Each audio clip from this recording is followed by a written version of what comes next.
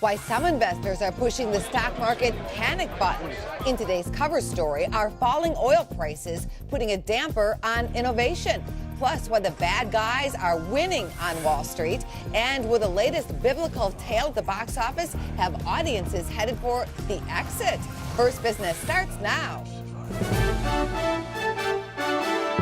You're watching First Business. Financial news, analysis, and today's investment ideas. Good morning, everybody. I'm Angela Miles. It's Thursday, December 11th. In our first look, the stock market is losing energy. The Dow fell more than 200 points yesterday. The Nasdaq 82 and the S&P 34. Gold closed down $6. But the big deal on the day was oil sliding below $62 per barrel, dragging down a number of oil stocks in its wake, including Chevron. Oil is now at a 5-year low. OPEC predicts it will sink next year to the lowest levels in decades. Economists predict the oil gush that is driving down prices at the pump could bode well for November retail sales numbers due out today. Restoration Hardware is one of those retailers on the upswing. The company's profit doubled, sending shares up 6% after the bell last night. Well, while everybody else is crying, Todd Horwitz of Average Joe Options is smiling. Good morning to you, Bubba. Good morning, Angie. What's up? There's a lot of fear factor in this market, but this has been an incredible trading opportunity. What about that big spike in the VIX? What do you make of that? Well, I think what we finally saw, Angie, is a little bit of fear. You know, the previous sell-offs were not, the VIX did not participate. And now I think yesterday we saw a little bit of fear come into the market, and it was more than just a profit-taking sell-off. I think there's some honest to goodness fear with oil and what's going on with the global economy. I think some people are finally starting to see the light. You know, you sound like one happy camper, though, because of your position in the market. You have been a short seller of this market, correct? Yeah, I'm a short seller, and I've been shorting. I've been picking my spots and trading. And again, as a trader, I always look for opportunities to trade the market. And now, and for quite a while, I will be on the short side, back and forth. But just so everybody knows, I do own equities in my long-term portfolio. But as a trader, which is really different than investing, I'm looking for short opportunities. I think there's a lot more coming. Todd, always good to point that out to our viewers. Thank you for being on the show. Thanks, Angie. Chuck Coppola has an update from Capitol Hill. Good morning, Chuck. Angie, a last-minute deal is expected to come together today to prevent a government shutdown. After days of negotiations, the House is expected to vote on a $1.1 trillion spending bill today. The bill would fund all levels of the federal government. Funding is set to expire at midnight tonight. However, the bill would only finance the Department of Homeland Security through February. That's when Congress is expected to circle back to the immigration debate.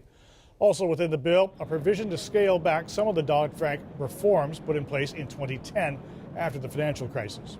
Also making news, aggressive prosecution was not enough to hold 2 traders convicted of insider trading behind bars. Yesterday, the U.S. Court of Appeals in Manhattan overturned and tossed out the cases against former hedge fund traders Todd Newman and Anthony Chasen. The court cited erroneous instructions to jurors by the trial judge, along with a lack of evidence to support the convictions. Our legal analyst says it's tough to get a conviction on Wall Street. You almost always have to have a whistleblower. You have to have somebody on the inside of this wearing a wire or having phones tapped, because these are just so difficult to uncover. U.S. Attorney Preet Bharara, who's been uncovering alleged wrongs on Wall Street, says a latest court decision makes it even tougher to get a conviction. Morgan Stanley is taking the rap for bad behavior by a rogue trader. The SEC discovered the firm failed to have risk controls in place to prevent the trader from entering excessive trading orders. The SEC accuses the trader of enlarging a customer order from 1,600 shares of Apple to 1.6 million shares. The trader will spend 30 months in prison. Morgan Stanley will pay a $4 million penalty. American Express swiped a flurry of business on Cyber Monday. The CEO of Amex calls it the single largest billing day in the credit card company's history. The CEO also says the company is pleased with the amount of customers using Apple's new mobile payments platform, Apple Pay. American Express shares are up about 10% for the past year and fell just 62 cents yesterday. Qualcomm is chipping away at its workforce. The company is laying off 600 employees as it shakes up its business. Qualcomm says that the job cuts have nothing to do with recent investigations into the chip maker's business practices in the U.S., China, and Europe. Qualcomm stock is down about 2% for the year. Tech companies tilt the scales in the IPO market this week. The most notable of which is the Lending Club IPO, the peer-to-peer lender, which it looks like could raise up to about $800 million, and there's a lot of interest in that IPO. Lending Club operates online. The tech company upped its expected share price from $10 to $12 to $12 to $14. That stock debuts today on the big board under ticker LC and could price in at $15 according to reports. On Friday, two business software providers opened for trading. New Relic, which also raised its price range from 18 to 20 to 20 to 22, and Hortonworks with an expected share price of $12 to $14. In our cover story, plummeting oil prices. No one seems to know where the bottom is, let alone when those prices may bounce back. That uncertainty is causing cutbacks on drilling projects planned for next year. Also, there's concern that it may affect research and investment. This week, ConocoPhillips announced it will cut back its capital projects budget for next year by 20%. The company calls it a deferral of spending on drilling projects in North America. BP is suspending projects and laying off mid-level managers. Globally, oil companies are canceling or putting on hold $180 billion worth of projects. When you take away the profitability, it takes away the money for those research dollars to come up with, projects. Kevin Paul Scott is a brand consultant who says his company, Addo, takes no money from alternative energy companies, but he's concerned that energy research at oil companies may suffer the next cutbacks. That is one of the things that's not being talked about. Most people are spending their time talking about, well, will companies continue to invest in new technologies and drilling? But this is precisely the time when companies need to be over-investing in other research and specifically in alternatives. Traders say the drop in oil is part of producers in Saudi Arabia's plan to flood the market and drive down the price to below what American oil companies need to continue operations. Flynn says it's in response to North American success in the oil shale and natural gas boom derived from hydraulic fracking.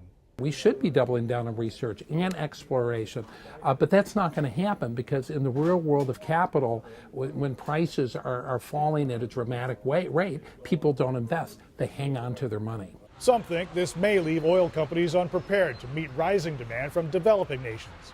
The companies that make investments right now, even though it may cost them more, it may mean lower profits in the short term. Those are the individuals, those are the companies, those are the businesses that are going to be the leaders 5 years from now. Scott adds that research and development cutbacks now could leave consumers vulnerable to spikes in prices due to shortages in the future. Chuck, the ultimate pump and dump is happening at British Petroleum as oil futures tank and prices at the gas pump fall below $3. BP is dumping a chunk of its workforce. Reports say the company is letting go of thousands of employees by the end of next year. It's part of a $1 billion restructuring program. BP officials predict oil prices will remain low for a long time to come. Lower oil prices are having a positive effect on farmers as they spend less on fuel. It will become a benefit. They're going to spend less money on fuel as they move to the field here this next year. Of course, the flip side of that is lower oil prices could ultimately impact ethanol production. That was Dan Huber of the Huber Report. He says ethanol, which is produced from corn, remains high in price but could eventually fall. Huber says the strength in the dollar is hurting exports of U.S. crops. The U.S. Department of Agriculture, meanwhile, is sticking with its projections for a record harvest in 2014. The USDA report shows that there's still a fair amount of crops in the ground. No let up in trouble for Uber. California prosecutors in L.A. and San Francisco are now suing the ride-sharing service over driver background checks. The district attorneys say Uber exaggerates its vetting process. Uber contends on its website the company has the safest rides on the road. 2 reports, though, have surfaced of Uber drivers attacking customers. A mystery delivery delay is happening at Airbus. Qatar Airways says it'll postpone the delivery of the first Airbus A350 jet until further notice. Neither Qatar nor Airbus is commenting on a reason for the delay. It was a double whammy for Airbus, which also revealed yesterday that it expects profits will be flat in 2016. McDonald's is slimming down its menu, for instance, offering 1 Quarter Pounder versus 4 versions of that same burger. The makeover comes as McD looks to speed up service in light of a continued sales slump. Among other changes, the Golden Arches will roll out a program in 2,000 stores to let diners customize burger toppings. The corporation also said it plans to open up an office in downtown Chicago for digital employees. McDonald's stock is currently trading around $90. The search is over. Glassdoor names Google the best place to work. It's the first time the internet giant landed in first on the annual survey. Consulting firm Bain & Company ranked second, followed by Nestle Purina Pet Care, F5 Networks, and Boston Consulting Group. Tech companies appear to be losing their luster as far as top workplaces. Facebook, LinkedIn, and Twitter all fell in the rankings this year.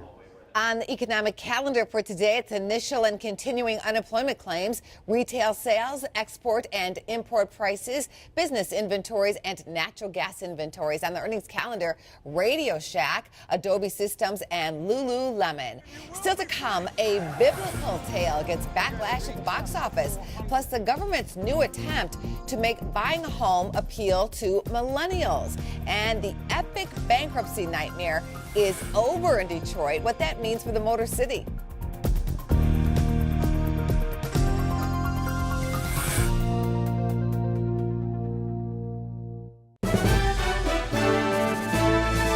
It's a new day for Detroit as its historic Chapter 9 bankruptcy is now officially over. At midnight, the resignation of emergency financial manager Kevin Orr took effect. Orr tells reporters that the final paperwork required to let the city emerge from bankruptcy is complete. However, Detroit is not completely free of its financial challenges. The bankruptcy plan means pension cuts and reductions in retiree health care insurance. The hope is that Detroit's lower debt load will help it invest more in city services. Turning to earnings, shopping carts overflow at Costco. The retailer posted a stronger than expected profit by offering deals to get customers in the door. Shares pulled back $2 Wednesday. However, the stock is not far off from an all-time high. Shares of Toll Brothers also tumbled yesterday. The home builder missed on fourth quarter profit, but topped on revenue. Shares dropped 7%. Bill Mueller picks it up from here with response to Freddie Mac and Fannie Mae dropping mortgage rates for first-time homebuyers to as little as 3%. Angie, the question is, why are these two government-sponsored enterprises doing this? Well, it's supposed to jumpstart home buying among millennials and others who've only been able to dream about having the American dream. But is that likely to happen? Stuart Elliott, he's a former New York Times reporter. Now he's editor-in-chief of the real estate magazine The Real Deal. Stuart, let's back up. What is the background on this decision? Homeownership right now is at a 19-year low. Obviously, Fannie and Freddie have been big impetuses to making mortgages happen. You know, it's interesting. There was a recent figure that was put out that 1.2 million loans would have happened since 2012 if we had been at pre-recession lending standards. So there's just an enormous amount of activity that you wouldn't be seeing right now if it weren't for really tight lending standards. Well, do you think that's going to make a difference, dropping it by 2 percentage points for down payment? Will there be a surge now of applicants who will qualify? You know, I think 29% was the typical percentage of first-time buyers in the market as a percentage of total real estate purchases. Now it's just something like 16%. So I think it's definitely going to have some sort of impact. I mean, there's some thinking that, you know, it might not be far enough. Well, let me ask you about that. Might it in any way make it too easy for people who can't really afford a home to get one, which was the big problem we had a few years ago when the housing market collapsed? Yeah, I mean, that's the big question. And, you know, the thing there that they're saying this time is they're not going to allow no-doc loans where you don't have any documentation as to why, you know, you're creditworthy, or you know, income verification. They're going to do it this time. Those are all standards that fell by the wayside during the last run-up. And maybe a lot of people wouldn't agree with me, but is the same bolt of lightning going to hit the second time? I mean, it's probably going to be the next time the crash comes around, it's something else besides the exact same thing that caused it the time before. All right, Stuart Elliott from The Real Deal. Thanks so much. Sure. Thanks, Bill. Coming up, are traders feeling at peace with Lululemon stock, and why a string of mediocre films equals box office gold for one studio?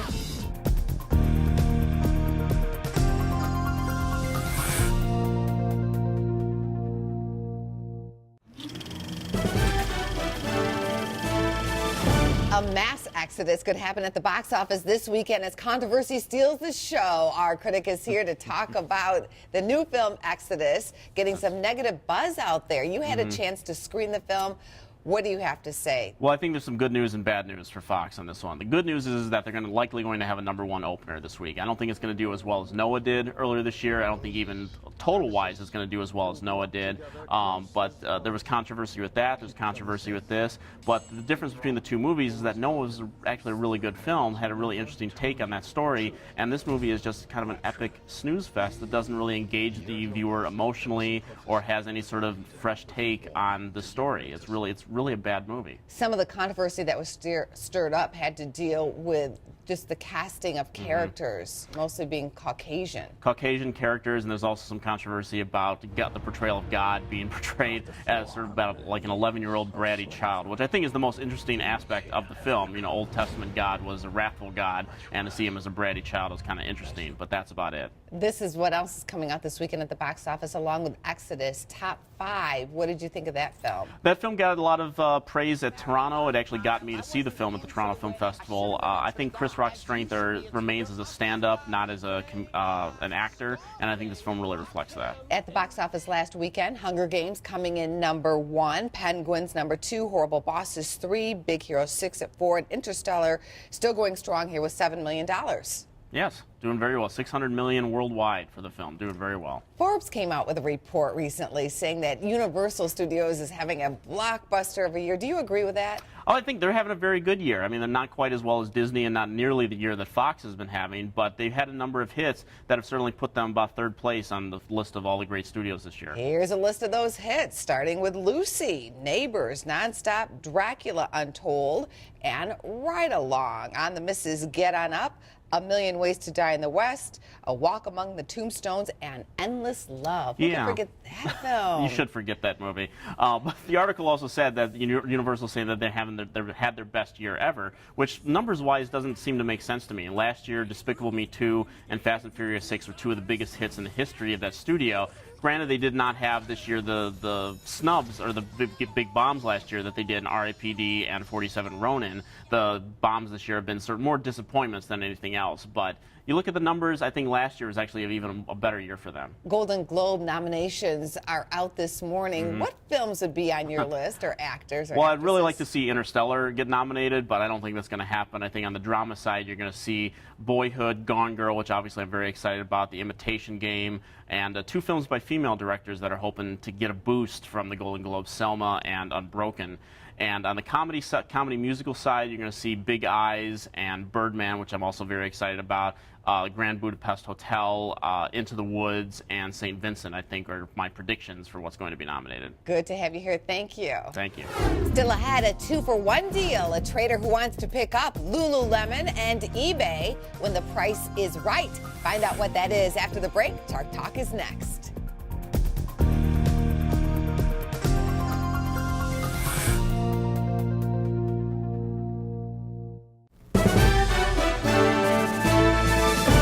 For Chart Talk, and Matt Kavanaugh, CMZ Trading, joins us for that. Matt, I would love to get your reaction to a story that came in after the close last night talking about potential massive cuts at eBay. That stock could very much be in play today. What do you think about those shares?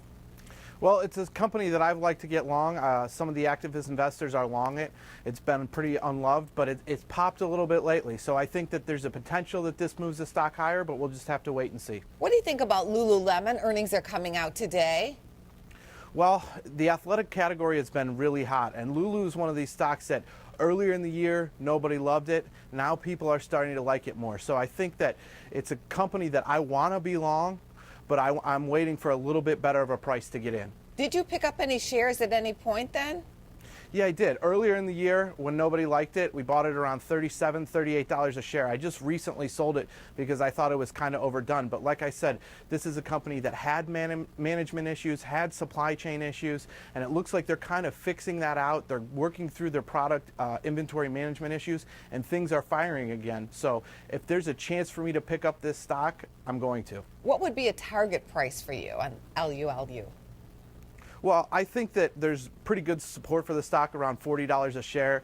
The last 4 quarters after earnings, we've had about a 10 or 12% move, and it's looking like that's what the options are pricing in right now. So I think if I can get this stock hopefully somewhere in the low 40s, it's a good buy, but we'll just have to wait and see what kind of movement we get once those earnings are released. I hope it goes well for you. Thank you, Matt. Thank you. Well, it's time for us to hit the trail for today. Coming up Friday, Traders Unplugged, and the guys take sides on what a 7-year high in small business confidence means for investors. From all of us at First Business, have a great Thursday.